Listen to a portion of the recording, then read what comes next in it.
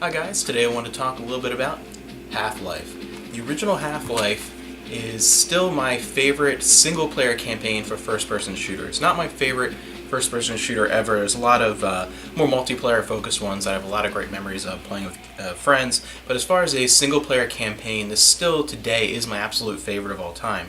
The original Half-Life I played for the first time pretty soon after it came out in 1998. I didn't own it myself originally. I was at my friend Zach's house and his older brother Nick was playing it, and I just became completely enthralled with watching him play. The first time was really just watching him play the first couple hours of it, and a few weeks later I got to play a little bit myself, and eventually I bought a copy about a year or two after that. There was something about it that was, to me, a completely different experience from what I've had with games before that. I was a very story-focused gamer, playing a lot of RPGs, playing a lot of dungeon crawlers on my old Mac. Again, at that time I was getting into a lot of RTS games, things like starting with Doom and moving into Warcraft, and around that time Myth the Fallen Lords had come out and I was playing that, and moving into those genres.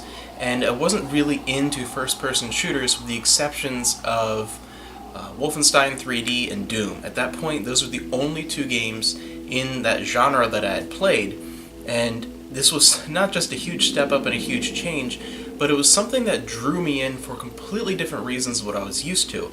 It really isn't the story that is the biggest draw for me in the first Half-Life.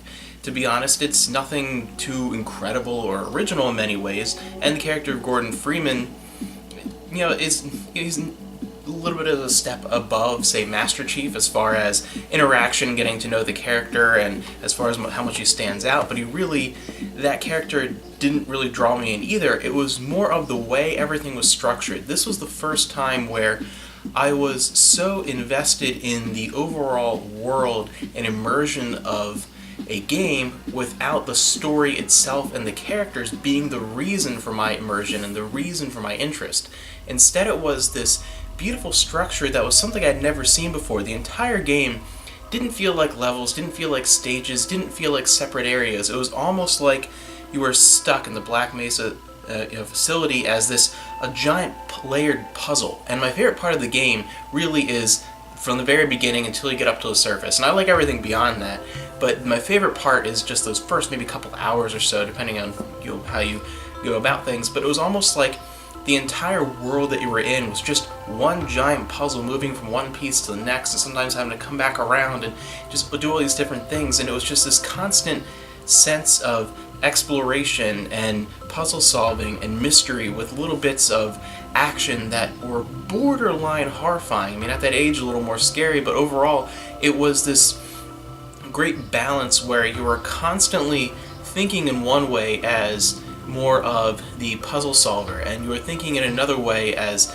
the fast switch action, but it wasn't quite as chaotic as a lot of other first-person shooters. It was something that you had intense moments, but it was a little more methodical in many ways, and you had these well-placed moments of just sheer chaos for like a matter of seconds sometimes, and it felt so much more alive, so much more vibrant, because you had these pieces of near silence and just moving around and solving things and finding your way around almost maze-like structures, and then suddenly, holy crap, shoot, fight, hack away, and then back to that more calm eeriness. And I'd never experienced something quite like that with that structure and the way that the interaction was never broken up. You had never really had cutscenes thrown in your face, that type of thing. It was constant interaction. The people around you moved and felt like they were alive within this world. It was the first experience I ever had with that, where it felt like this totally continuous scene with no breaks. Like the majority of the game just felt like one continuous, ever-changing, almost living puzzle going throughout the whole thing, with all these different organisms throughout it interacting with you.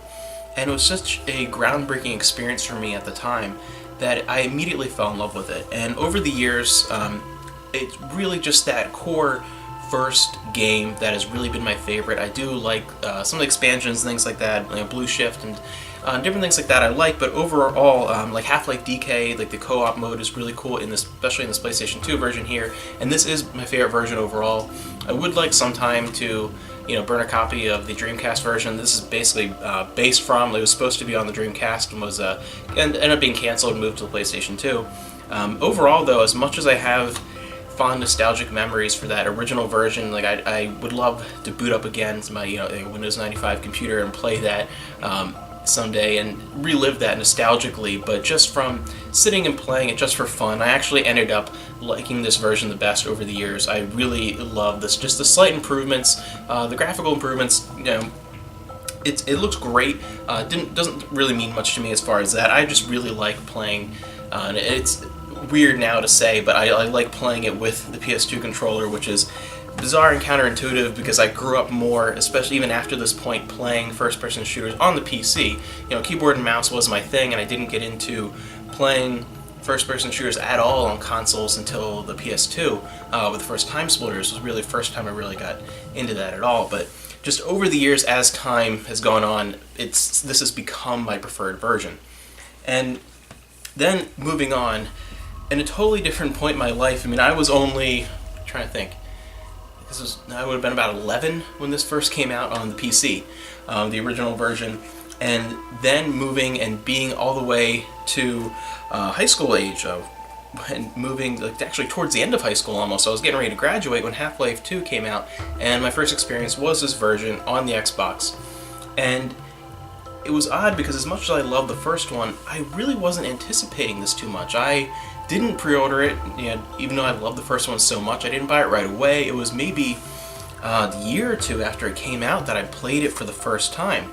Really, I don't know why, but just it was in a totally different stage of my life, and I played so many different things that had sort of conquered that initial feeling that the first one gave me. Again, it was the first real time I was immersed in a world beyond just story and character for different reasons, and I'd had a few experiences that mirrored that since then, so that aspect kind of was gone. It was kind of like I already had that experience and those memories, and it didn't feel quite as exciting to me. So I guess, I don't know why, but for some reason this didn't appeal to me as much in the beginning. And when I first played through, I really loved it. I really like Half-Life 2. But it will never, to me, this will always be 100%, just so many more times my favorite, to the point where I've never actually played beyond the original Xbox version of Half-Life 2. I never played, the Orange Box. I never played, the episodes 1, 2, or anything like that. I never continued beyond this.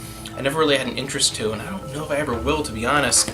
Because it didn't match this experience, and a large part of why is how we enjoy games and experience them is not necessarily just the quality of the game itself, but more of what we bring to the table when we play it for the first time. What experiences have we had prior to that, within that genre or that style? What baggage do we bring along? Because it's kind of like Final Fantasy VII syndrome or Tales of Symphonia syndrome I've talked about a couple times here, where those are fantastic games, great games, but neither a favorite of mine in the series. I love them both and a lot of nostalgic memories, but the majority of people I feel that herald it as their favorite RPG or favorite game of all time, usually that was their first game in that series or their first RPG entirely.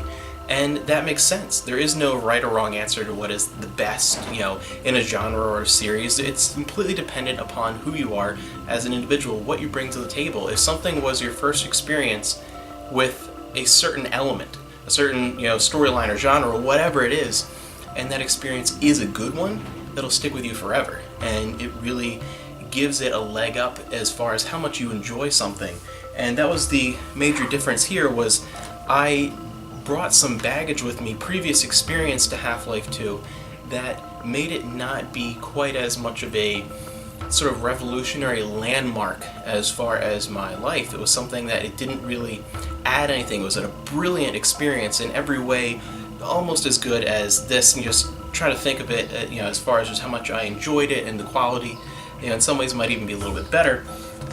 But I brought with it baggage, I brought with it experience, and this was something that was so alien and so new to me, and something that was tied to an experience with not just the game itself, but the people I was playing it with. It was a time where my friend Zach had moved when we were in middle school to Arizona, and it was a long personal experience here, but in elementary school, in many ways, I felt more like they were my family than my own family. It's a long, story here I won't get into, but really at the time this came out, I was experiencing it with people that I really loved and people who I respected and people who every experience I have with them has stuck with me for the rest of my life, and this was one of them. And coupled with being a completely original thing that was new to me, it just was ingrained in my mind. And I was in a totally different space, in my life. Those people that entire family hadn't spoken to in years. They were gone, halfway across the country,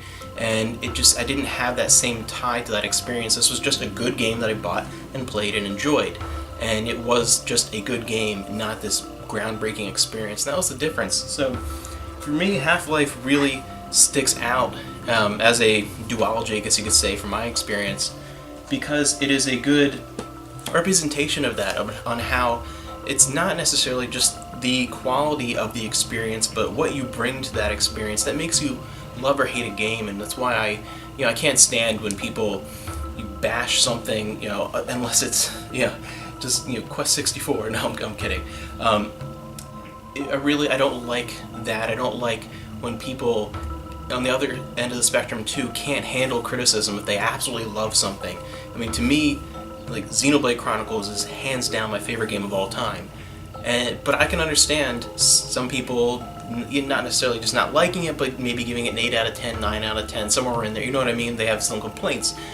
Because you bring different baggage to the table. You experience things in different portions of your life, and really enjoying and loving games don't care about other people's opinions, because they're bringing something totally different to the table. And no matter what something is, someone could love Shenmue, and it could be this huge impactful thing on their life. And other people, I can totally understand why they didn't get into it the first one, and they saw just the first hour or so as like a tech demo for the Dreamcast. I completely disagree with that perspective, but I can understand it if you bring a totally different life situation to that and you don't experience it at the right time. Kind of like a good example would be Adam Koralik, someone to relate to Shenmue. He didn't like it at first. He's talked about it a couple times in some of his little bit older videos, how when he first played Shenmue when he was a lot younger, he didn't like it. And now he is known as like one of the Shenmue guys on YouTube, someone who you associate in as far as the YouTube community with Shenmue. And it just shows you that experiencing things in different parts of your life and what you bring just creates an entirely new experience with a game. So I know that was a long, involved one, but I had a lot to say about what these mean to me beyond just the game. So that's Half-Life 1 and 2. Again, my favorite single-player campaign for a first-person shooter of all time, and one of my favorites. And I think I'll just stick with this for Half-Life 2. So I know some people in the comments will be like, you have to get the orange box for like the 360 or something, and you got to play the continuation here. And I don't really care to, and I don't really care about Half-Life 3. I really just kind of no interest. It's really more of just the memories of that experience and being able to relive them.